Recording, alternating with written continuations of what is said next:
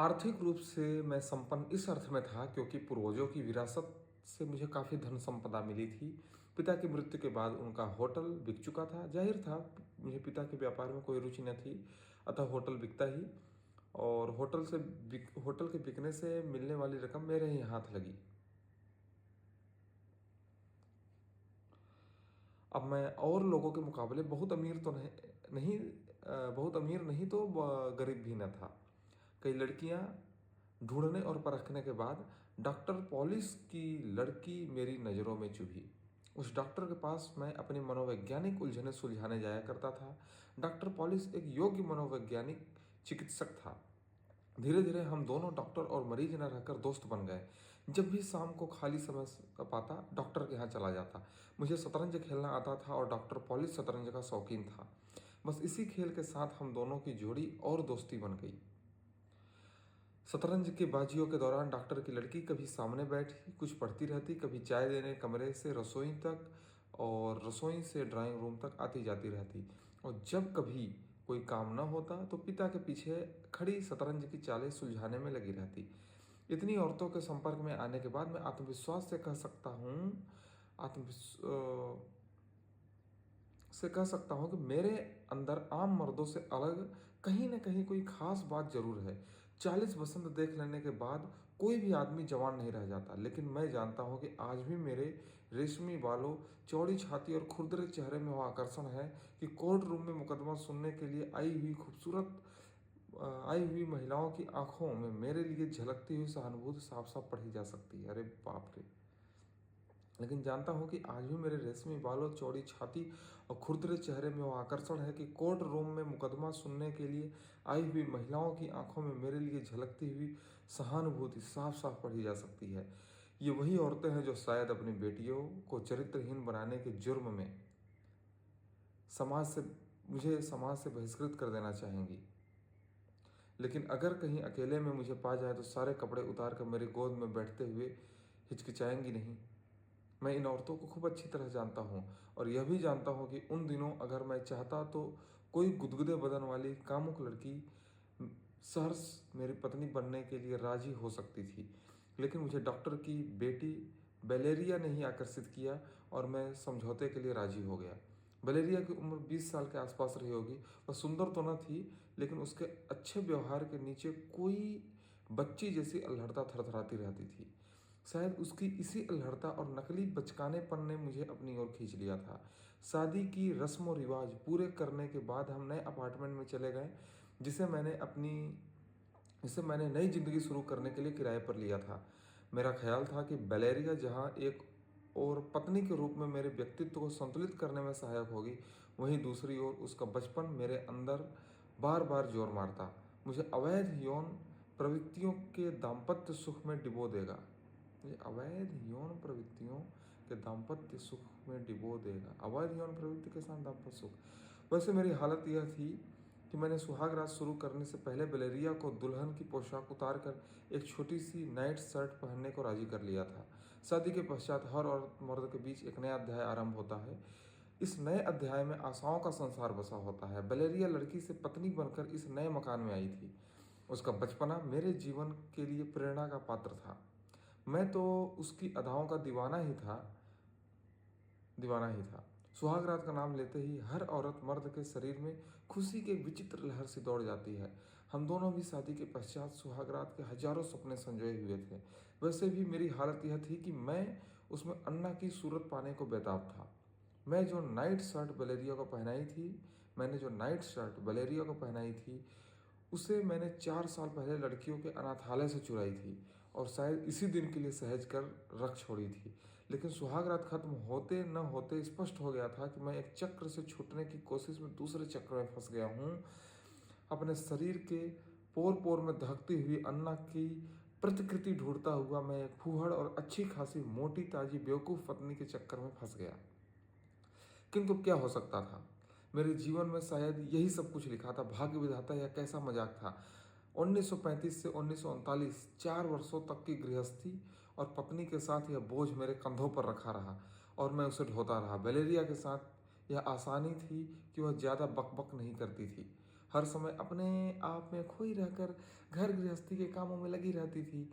वह घर को ज़्यादा से ज़्यादा आरामदेह बनाने में जुटी रहती थी। लाइब्रेरी से लौटने के बाद हम दोनों अक्सर सिनेमा, मैच या थिएटर देखने चले जाते थे।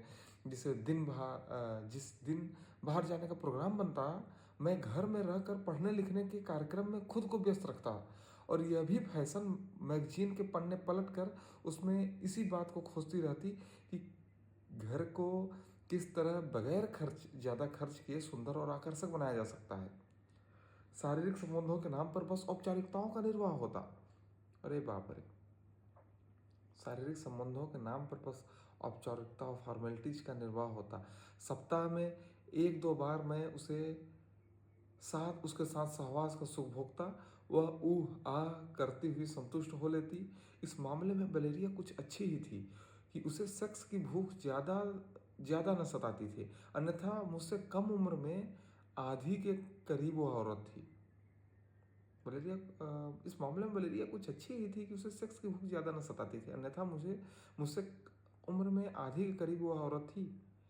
इस उम्र में औरत में वासना की उत्ताल तरंगे कुछ ज़्यादा ही जोश मारती हैं।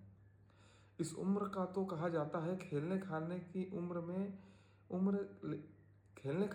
लेकिन वलेरिया जो कुछ मुझसे पा जाती उसमें संतुष्ट रहती थी। उसके इस स्वभाव को लेकर यह भी नहीं कहा जा सकता कि वह ठंडी औरत थी। अलबत्ता यह जरूर कह सकता हूँ कि ज़्यादा कामुक न थी। अगर वह होती तो मेरे लिए उसकी पूर्ति करना संभव न हो पाता। ऐसा भी न था कि मैं सेक्स के मामले में चूक सा गया रहा हूँ, लेकिन मुझे औरत के जो रूप लुभावने, आकर्षित करने वाले और उत्तेजक होते हैं, वह मुझे वलेरिया में न मिल रहे थे। या यूँ कहा जाए, मैं खुद ही अलग प्रकृति का था, अन्यथा वलेरिया तो पूर्ण रूप से औरत थी। मेरे स्वभाव में तब्दीली आ गई थी, ऐसा कदापि न था। लेकिन यदि ऐसा कदापि न था। यदि ऐसा होता तो मैं अपने मनोरंजन के लिए सामने वाले मकान में रहने वाले दुकानदार की 12-13 वर्ष की लड़की में क्यों दिलचस्पी लेता। मेरे स्वभाव में तब्दीली आ गई हो, ऐसा कदापि न था। यदि ऐसा होता तो मैं अपने मनोरंजन के लिए सामने वाले मकान में रहने वाले दुकानदार की 12-13 वर्ष की लड़की में क्यों दिलचस्पी लेता। वह कभी कभी शाम को खिड़की पर या सुबह स्कूल जाती हुई दिखाई दे जाती। सच पूछो तो मेरी सारी उत्तेजना का स्रोत वह लड़की थी। मैं उसके प्रति लगातार झुकाव में आता जा रहा था। जिस दिन घर आते समय वह मुझे शाम को बालकनी में खड़ी या गली पार करते हुए मिल जाती, मैं सारा कार्यक्रम कैंसिल करके चुपचाप मेज पर काम करता हुआ उसे बालकनी पर खड़ा वापस लौटते हुए देखने के लिए ताक झांक करता रहता। जिस रात वह मेरे पसंद के रंग का फ्रॉक पहनती तो मुझ पर सेक्स की दीवानगी सी छा जाती। ऐसे नशे की तरंग मुझ पर छा जाती कि मैं वलेरिया को बिस्तर पर झिझोड़ देता। उसे भरपूर आनंद आता। उम्र के लिहाज से यह उसकी ज़रूरत थी, मगर वह मुझे विस्मय में भर कर देखे बगैर न रहती। जैसे आंखों ही आंखों में पूछती, आज मुझे क्या हो गया है। 1939 की गर्मियों में की लड़ाई शुरू होने के पहले मुझे अमेरिका से अपना वकील का लंबा चौड़ा पत्र मिला।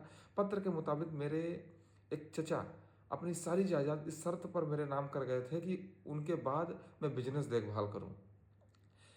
इसे कहते हैं छप्पड़ फाड़ कर मिलना। मैं बैठे बिठाए इतना बड़ा धनवान बन जाऊंगी, यह बात मैंने सपने में भी नहीं सोची थी। किसी की आशाओं और कल्पनाओं के विपरीत धन मिल जाए तो इससे बढ़कर खुशी उसके लिए और क्या ही हो सकती है। बैठे बिठाए धन मिला तो मेरी कल्पनाओं के पंख लग गए। मैं जिस घर गृहस्थी और पत्नी के बंधन में इतने दिन से बंधा हुआ था, उससे आज़ाद होने के लिए मेरी भावनाएं अंगड़ाइयाँ लेने लगीं। अक्सर मैं ऐसा सोचा करता था कि मैंने क्यों शादी की, अपने पैरों पर गृहस्थी की बेड़ियां क्यों डाली। उससे आज़ाद होने का सुअवसर हाथ लग गया था। एक ही वातावरण में रचे बसे होने के कारण मैं 4 सालों में काफ़ी ऊब चुका था। मैंने वलेरिया से शादी जिस मकसद के लिए की थी, वह तो पूरा ही न हो रहा था। इसमें वलेरिया की नहीं, खुद मेरी तबीयत की थी। इतने वर्ष उसके साथ व्यतीत कर लेने के बाद मेरे और उसके संबंध समाप्त हो गए थे। शायद इसका कारण यह भी था कि वलेरिया चुप रहने वाली औरत थी और वह बहुत कम बोलती थी। मैं जब कभी उसे अपने पास बिठाकर प्यार की बातें करने लगता तो उसका उत्तर निरस्ता भरा होता। अब हम लोग गृहस्थी के जीवन में प्रवेश कर चुके हैं। ये बातें लड़कों और कुंवारों के मुंह से अच्छी लगती है। हमारी उम्र अब इन बातों के लिए नहीं रही। मुझे उसकी बातों पर क्रोध आ जाता। वह ख्वामखा ही बुढ़ापे के आवरण ओढ़ रही थी, हालांकि वह खासी जवान थी। मैं उसे डांट कर कहता, तुम मानव हृदय की भावनाओं को कभी नहीं समझ सकोगी। तुमने दिल की आवाज़ कभी नहीं सुनी, साहित्य को पढ़ा नहीं, मानव प्रवृत्तियों को समझने का प्रयास नहीं किया। इस बात की समझ तुम में नहीं बन पाई कि मानव जीवन बहुत छोटा है, इसे आनंद से व्यतीत करना ही जीवन का सच्चा सुख है। मेरी ये दार्शनिकता या भावुकता भरी बातें सुनकर वह क्रोध में भड़क उठती, पांव पटक कर रसोई में जाकर अपना क्रोध बर्तनों पर उतारने लगती। मैं अंदर ही अंदर उसकी अज्ञानता और पागलपन पर कुढ़ता जलता रहता। वैसे मैं और कर ही कह सकता था। उसके स्वभाव में दिनों दिन तेजी से तब्दीली आती जा रही थी। यदि मैं उसे कोई बात कह देता तो वह फूस की आग तरफ भड़क उठती थी और घटिया स्तर की बातें कहकर मेरे दिल को जलाने लगती थी। मैंने गृहस्थी की गाड़ी को चलते देने के लिए मौन संधि कर ली थी। जब मैंने वलेरिया को बताया कि हम लोग जल्द ही न्यायपूर्ण न्यूयॉर्क के लिए रवाना होने वाले हैं, तो वह प्रसन्नता के बजाय मुंह बना बैठी। मेरे बार बार पूछने पर पहले तो मुंह खोलने के लिए तैयार ही न थी। मेरा अभिप्राय वो समझ चुकी थी कि मैं उसे अपने साथ अमेरिका ले जाना चाहता हूँ। काफ़ी कोशिश करने के बाद उसने बताया कि मेरा पासपोर्ट ठीक नहीं है। तो उसे परेशान होने की क्या बात है? मैंने कहा, हम लोग पासपोर्ट ऑफिस से पता कर लेंगे, अगर कोई असुविधा हुई तो वकील से मिलकर उसको सही करवाएंगे। वलेरिया सुनकर चुप हो गई, लेकिन मेरे प्रस्ताव पर खुश न हो सकी। जबकि अमेरिका चलने की बात बताते समय मेरे मन में यह बात थी कि वलेरिया खुशी से झूम उठेगी। वह खुशी में पागल होकर मेरे गले में बाहें डालकर झूल जाएगी, बार बार मेरा मुंह चूम लेगी। भला कौन औरत अकस्मात ही धनवान हो जाने की खबर पर खुश न होगी? मैं धनवान हो रहा था, मेरी पत्नी होने के नाते उस दौलत की बराबर साझेदारी भी तो बनने जा रही थी। वह एक बड़ी दौलत पाकर के बाद अपने अधूरे शौक पूरे कर सकती थी। उसे घर सजाने का शौक था, उस शौक को साकार रूप दे सकती थी। लेकिन ऐसा लगा कि उसे ना तो मेरे धनवान होने की कोई खुशी थी, ना ही अमेरिका जाने का कोई उत्साह था। जबकि मैं अमेरिका जाने की कल्पना से ही जैसे हवा में तैरने लगा था। उस शाम वलेरिया का मूड की परवाह न करते हुए मैं देर तक अमेरिका की खुशहाली, अमेरिका के सुख वैभव को लेकर तरह तरह की बातें करते हुए हवाई के लिए बनाता रहा। अगले 4 दिन तक मैंने वलेरिया के पासपोर्ट ठीक करवाने में लगा दिए। जब सारे कागजात सही करवाने के बाद हम पासपोर्ट ऑफिस से निकल रहे थे, तो मुझे ऐसा लगा वलेरिया कुछ कहना चाह रही है मगर कह नहीं पा रही है। सीढ़ियाँ उतरते समय उसकी आंखों में यथासंभव सहानुभूति उड़लते हुए मैंने उससे पूछा, क्या बात है? उत्तर में वलेरिया कुछ नहीं बोली। वह मेरे पीछे चुपचाप बरामदा पार करते सड़क पर आ गई। तुम साफ साफ क्यों नहीं कहती? मैंने जोर देकर पूछा। हम सड़क के किनारे खड़े थे और इंतजार कर रहा था कि कोई खाली टैक्सी आई तो रोकूं। तभी वलेरिया बोली, अब मेरा तुम्हारा इकट्ठे रहना संभव नहीं है। मैं स्तंभित रह गया। आश्चर्य से मेरा मुंह खुला का खुला रह गया।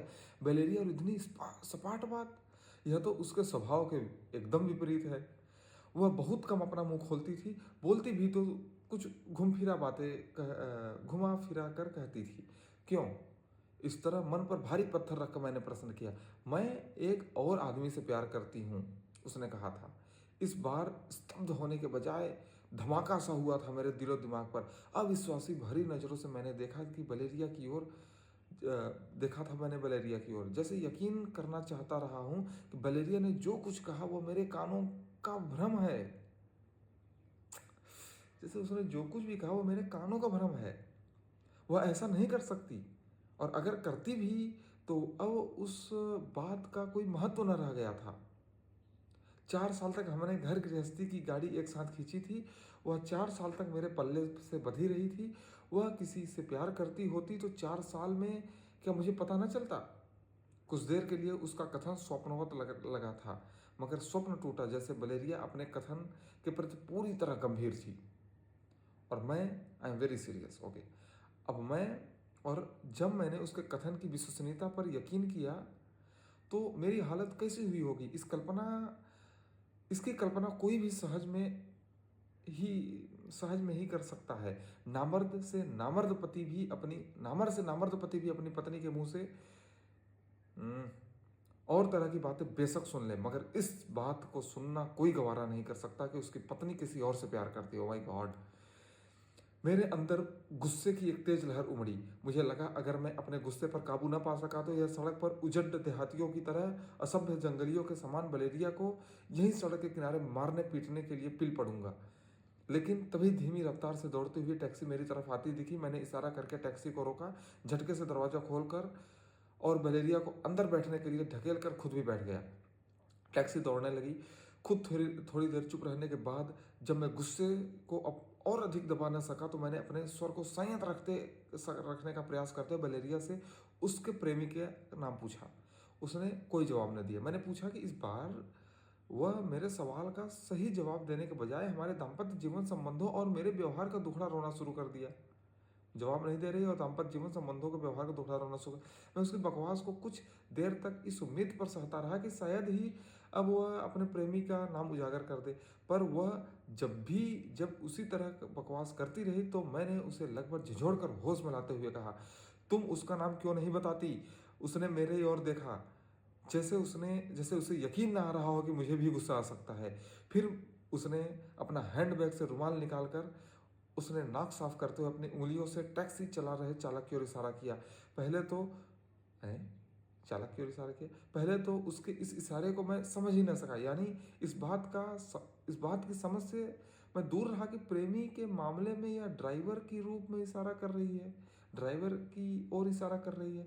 लेकिन जब उसने अपनी बात स्पष्ट रूप से मेरे सामने व्यक्त की और चालक की मुस्कुराती भाव भंगिमा मैंने देखी तो विस्मय का कोई ठिकाना न रहा।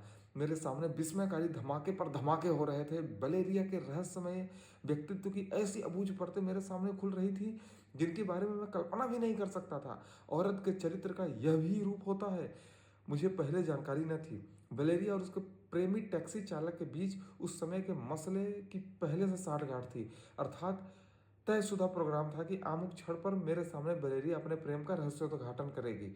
उसके बाद की होने वाली प्रतिक्रिया को संभालने के लिए प्रेमी महोदय खुद सामने पेश कर देंगे। यदि मैं अपने विवेक पर काबू खोकर वलेरिया के साथ असभ्य जंगलियों जैसा व्यवहार करने मारने पीटने लगता तो प्रेमी महोदय झट से बीच में आ कूदते। जब मैं पासपोर्ट ऑफिस में था उसी सड़क के आसपास वे टैक्सी से चक्कर लगा रहे थे। चालक ने बेहद शालीनता के साथ गाड़ी के एक छोटे से रेस्टोरेंट के सामने ले जाकर रोक दी। हम दोनों को नीचे उतरने के लिए यूं आमंत्रित किया जैसे अजनबी टैक्सी चालक न होकर हमारा खानदानी दोस्त हो। उसने व्यक्तित्व का रहस्योद्घाटन हो जाने के बाद अब उसके व्यवहार के प्रति मुझे आश्चर्य न था। अलबत्ता आश्चर्य इस बात का था वलेरिया को अपने उस प्रेमी के साथ खिचड़ी पकती रही और मुझे हवा तक न लगी। मुझे इस बात का आश्चर्य हुआ था कि किसी और से प्रेम की बात वलेरिया कितने सहज भाव से स्वीकार कर ली थी। अब वह भी आश्चर्य की बात न रह गई थी। उसके प्रेमी के बीच मामला तय था कि इस बात को कब और कहाँ प्रकट करना है, जो वलेरिया ने प्रकट कर दिया था। टैक्सी से उतर जाने के 2 मिनट बाद ही हम लोग कैफे में थे। परिचय होने पर पता चला कि टैक्सी ड्राइवर महोदय कुछ समय पूर्व रूसी फौज में कर्नल थे। हम दोनों बाप रे, रूसी फौज का कर्नल टैक्सी ड्राइवर। हम लोग अंदर जाकर बैठ चुके थे। वलेरिया ने अपने पीने के लिए ऑर्डर दिया। कर्नल साहब ने शराब मंगवाई और मैंने विस्की के डबल पैक का ऑर्डर दिया। ड्रिंक आ जाने के बाद वलेरिया ने बातचीत शुरू की। उसकी बातचीत में मुझे अब भला क्या ही रुचि हो सकती थी। मेरा मस्तिष्क तो पल पर साए साए कर रहा था, जैसे मैं उसकी बात मेरे कानों से उतर ही ना रही हो। मैं मैं उत्तर दे रहा था, अलबत्ता कर्नल उसके एक एक शब्द पर ध्यान दे रहा था। उन दोनों का वह नाटक मेरे लिए असहाय हो गया। मैंने सुझाव रखा कि वलेरिया को मेरे साथ घर चलकर अपना सारा सामान पैक कर लेना चाहिए। अब वलेरिया को कर्नल पल भर के लिए भी अपनी नज़रों से दूर न रखना चाहता था। अतः हमारी और वलेरिया के बीच टपक कर बोला, मेरा ख्याल है कि उस टैक्सी से चले जिससे यहाँ तक आए तो कैसा रहे। मैं क्या कहता, अब वह कुछ भी करे मेरी बला से मैं ऐतराज करने की आवश्यकता भी ना समझे, क्योंकि वलेरिया से मेरा अब कुछ भी संबंध न रहा। संबंध का ताना बाना सिर्फ घर तक चलकर उसके सामान को पैक कर देने का अवसर तक ही रह गया था। कमरे में पहुंचकर वलेरिया ने अपना सामान पैक करना शुरू कर दिया। मैं बाजी हार चुके जुआरी की तरह खिन्न था और वलेरिया उसकी खुशी मुझसे देखी न जा रही थी। और मैं सोच रहा था कि अगर इस समय कहीं से पिस्तौल मिल जाए तो वलेरिया को शूट कर दूं। कॉलेज में पिस्तौल चलाने का मैंने अभ्यास किया था। मेरे सामने कभी भी ऐसी नौबत ना आई कि गोली चलाने की आवश्यकता महसूस करता, पर उस समय महसूस कर रहा था। सामान बाँधते-बाँधते जब वलेरिया सूटकेस बंद करने के लिए नीचे की ओर झुकी, तो मेरे मन में बड़ी तेज़ से उसके भद्दे ढंग से थल-थल नितंबों पर ज़ोर से एक लात मारने की इच्छा उठी। मैं खड़ा होने के लिए कुर्सी से हिला ही था कि पता नहीं विचारों के कार्य में परिणत कर भी सकता या नहीं, तभी अकस्मात उसका प्रेमी कर्नल मेरे सामने प्रकट हो गया। अपनी इच्छा का गला घोंटकर मुझे जहाँ का तहाँ बैठे रह जाना पड़ा। वैसे भी मैं सामान्य दिखना चाहता था। मन में ज्वालामुखी धधक रहा था, मगर उसे फट कर बाहर आने से रोकने की मैं हर संभव चेष्टा कर रहा था। जाती हुई वलेरिया के सामने मैं इस बात को कतई जाहिर न करना चाहता था कि उसके जाने के मामले को लेकर के उद्विग्न हूँ। मैं खुद को सामान्य रखने की चेष्टा कर रहा था। मैं जाहिर कर रहा था कि जिंदगी के साथ छोड़कर जाने वाली वलेरिया को लेकर मुझ पर कोई फर्क नहीं पड़ा। मैं काफ़ी देर तक उसी तरह कुर्सी पर बैठा रहा। खटाक से दरवाज़ा बंद होने पर और फिर गाड़ी के इंजन के जाग पड़ने की आवाज़ सुनाई, तो एहसास किया कि वलेरिया उसका प्रेमी जा चुके हैं। मेरे अंदर गुस्से की लहर रह रह कर उभर रही थी। कर्नल मेरी ज़िंदगी में विलेन की तरह उभर कर आया था और मेरी ज़िंदगी की अभिनेत्री को मुझसे छीन ले गया था। मैं बैठा देखता रह गया था। मेरी फिल्मों के ऐसे अवसर मैंने फिल्मों में के ऐसे अवसर पर देखा था कि अभिनेता विलेन से भिड़ जाता है और पहले अपनी खूब मरम्मत करवाता है, फिर विलेन की मरम्मत करता है। निहत्थे उस विलेन से भिड़ना मेरे लिए लाभप्रद न था। अतः किसी हथियार की तलाश में मैं झटके से अपनी जगह से उठ गया, तेज कदमों से किचन में गया। मेरा इरादा था कि भारी वजनी चीज मिल जाए जिससे मैं कर्नल का सर तोड़ दूं, मगर ऐसी कोई चीज न मिल सकी। मैं गली में झांक कर देखा, मेरे देखते ही टैक्सी आंखों से ओझल हो चुकी थी। अब गली में मेरे जीवन में अब गली में मेरे जीवन में सन्नाटे की तरह उदासी फैली हुई थी। इसके बाद द्वितीय विश्व युद्ध महायुद्ध आरंभ हो गया। कुछ समय पुर्तगाल और पूर्वी यूरोप में भटकने के बाद मैं अमेरिका पहुंचा। वहां पहुंचकर अपने चाचा के वकील से मिला, चाचा के छोड़े कारोबार और वसीयत की जानकारी प्राप्त की। फिर उनका धंधा बाकायदा तौर पर देखने लगा। उस धंधे में कोई ज़्यादा काम न था। इन्हीं दिनों न्यूयॉर्क के एक विश्वविद्यालय में मुझे फ्रेंच और अंग्रेजी साहित्य के तुलनात्मक इतिहास पर जो कार्य हुआ था, उससे अभी तक क्रमबद्ध रूप से प्रकाशित नहीं किया जा सकता था, को पूरा करने का प्रस्ताव दिया। मैंने यूनिवर्सिटी के सुझाव को स्वीकार कर लेने में कोई नुकसान की बात न देखी।